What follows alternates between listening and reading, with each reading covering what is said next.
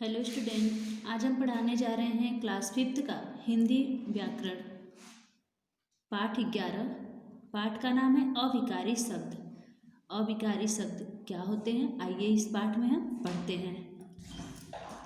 अविकारी शब्दों में लिंग, वचन तथा कारक के कारण कोई परिवर्तन नहीं होता है। अविकारी शब्दों में लिंग, वचन, कारक के कारण कोई परिवर्तन नहीं होता है। इन्हें हम अव्यय शब्द भी कहते हैं, जैसे और, अथवा, अरे, वाह, आह, किंतु, लेकिन, कब, कहाँ, कैसे, कितना आदि हम प्रयोग करते हैं। अविकारी शब्द 4 प्रकार के होते हैं। कौन कौन से?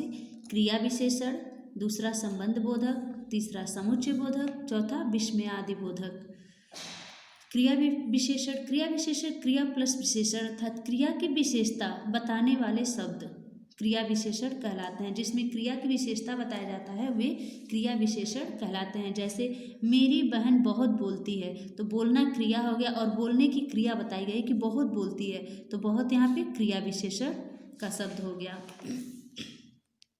राम बाहर जा रहा है, मेरा कुत्ता तेज दौड़ता है, बच्चे फुलवारी में प्रतिदिन खेलते हैं। तो यहाँ पे क्रिया की विशेषता बताई गई है, तो एक क्रिया विशेषण के वाक्य हैं।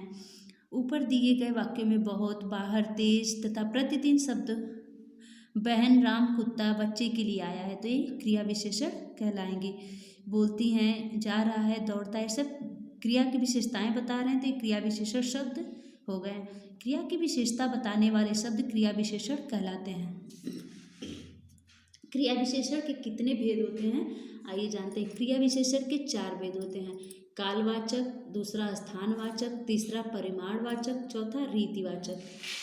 कालवाचक क्रिया विशेषण क्रिया के होने के समय का बोध कराने वाले क्रिया विशेषण कालवाचक क्रिया विशेषण कहलाते हैं।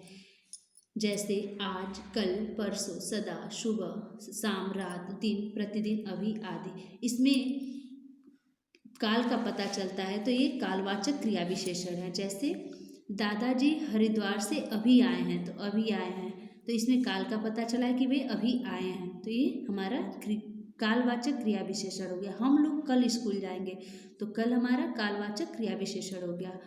दूसरा है स्थानवाचक क्रिया विशेषण। क्रिया के होने के स्थान का बोध कराने वाले क्रिया विशेषण स्थानवाचक क्रिया विशेषण कहते हैं।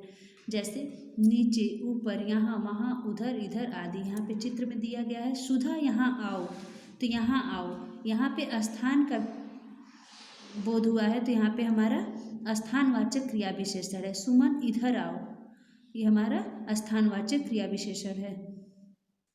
ग है परिमाणवाचक क्रिया विशेषण। क्रिया के होने के परिमाण का मतलब मात्रा का बोध कराने वाले क्रिया विशेषण परिमाणवाचक क्रिया विशेषण कहलाते हैं। जैसे कम, ज़्यादा, थोड़ा, तनिक, बहुत, उतना, अत्यंत आदि। यहाँ पे देखिए, अंकित बहुत खाता है, तो बहुत खाता है, तो बहुत यहाँ पे क्या हो गया, परिमाणवाचक क्रिया विशेषण हो गया। अंकिता थोड़ा सा खाती है, थोड़ा सा हो गया हमारा परिमाणवाचक क्रिया विशेषण। घ है रीतिवाचक क्रिया विशेषण। क्रिया के होने की रीति का बोध कराने वाले शब्द क्रिया विशेषण रीतिवाचक क्रिया विशेषण कहलाते हैं। जैसे तेज, धीरे धीरे, जल्दी जल्दी, ध्यानपूर्वक, कुशलतापूर्वक आदि। यहाँ पे चित्र में दिया गया है, रितेश तेज चलता है, तो उस चलना क्रिया और तेज उसके रीतिवाचक क्रिया विशेषण है। तो यहाँ पे जानवी ध्यानपूर्वक गृह कार्य करती है, ध्यानपूर्वक हमारा रीतिवाचक क्रिया विशेषण है।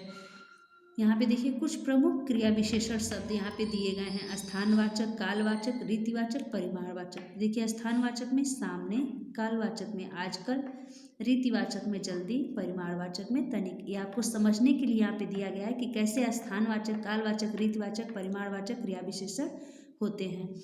इसे आप पढ़ लीजिएगा कि इसे कैसे स्थानवाचक, कालवाचक, रीतिवाचक, परिमाणवाचक क्रिया विशेषण होते हैं। दूसरा है हमारा संबंध बोधक। संबंध बोधक अर्थात संबंध का बोध कराने वाले शब्द हमारे संबंध बोधक क्रिया विशेषण होते हैं। जैसे घर के पास तालाब है, तालाब के भीतर तैराक है। घर के पास तालाब है, तो के पास हमारा संबंध बोधक, कि घर के पास है तो घर से संबंधित है, तो ये हमारा के पास संबंध बोधक हो गया। तालाब के भीतर तैराक है, तो तालाब के भीतर तालाब से संबंधित हो गया, तो ये हमारा संबंध बोधक हो गया। जिन शब्दों के द्वारा संज्ञा सर्वनाम का संबंध वाक्य के अन्य शब्दों के साथ स्पष्ट हो उसे हम संबंध बोधक अव्यय कहते हैं। कुछ अन्य संबंध बोधक शब्द के पास, के सामने, के नीचे, आमने सामने, के साथ आदि। तीसरा है हमारा समुच्चय बोधक। समुच्चय बोधक को योजक भी कहते हैं। जैसे जोड़ने वाले शब्द हमारे समुच्चय बोधक शब्द होते हैं। तो जैसे माताजी और पिताजी पार्क में घूमने गए, तो माताजी और पिताजी, तो माताजी और बीच में लगा गया है तो माताजी पिताजी को जोड़ा गया है, तो ये हमारे समुच्चय बोधक शब्द होंगे। और अमन तेज दौड़ रहा था इसलिए गिर गया, तो अमन तेज दौड़ रहा था इसलिए गिर गया, तो ये दोनों शब्द को जोड़ा गया है इसलिए से, तो ये हमारा समुच्चय बोधक शब्द हो जाएगा। जो शब्द दो शब्दों अथवा दो वाक्यों को परस्पर जोड़ने का कार्य करते हैं वे योजक या समुच्चय बोधक कहलाते हैं। कुछ अन्य समुच्चय बोधक शब्द तथा, व, इसलिए, अथवा, या, किंतु, परंतु, मगर, ताकि, बल्कि आदि होते हैं।